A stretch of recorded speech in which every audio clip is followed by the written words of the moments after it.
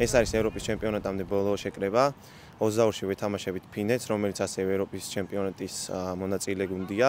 ფიქრობ, რომ კარგი ტესტ მატჩი გამოვა, ხოლო 25-ში სერბეთის წინააღმდეგ თამაშით დავამთავრებ შეკრებას.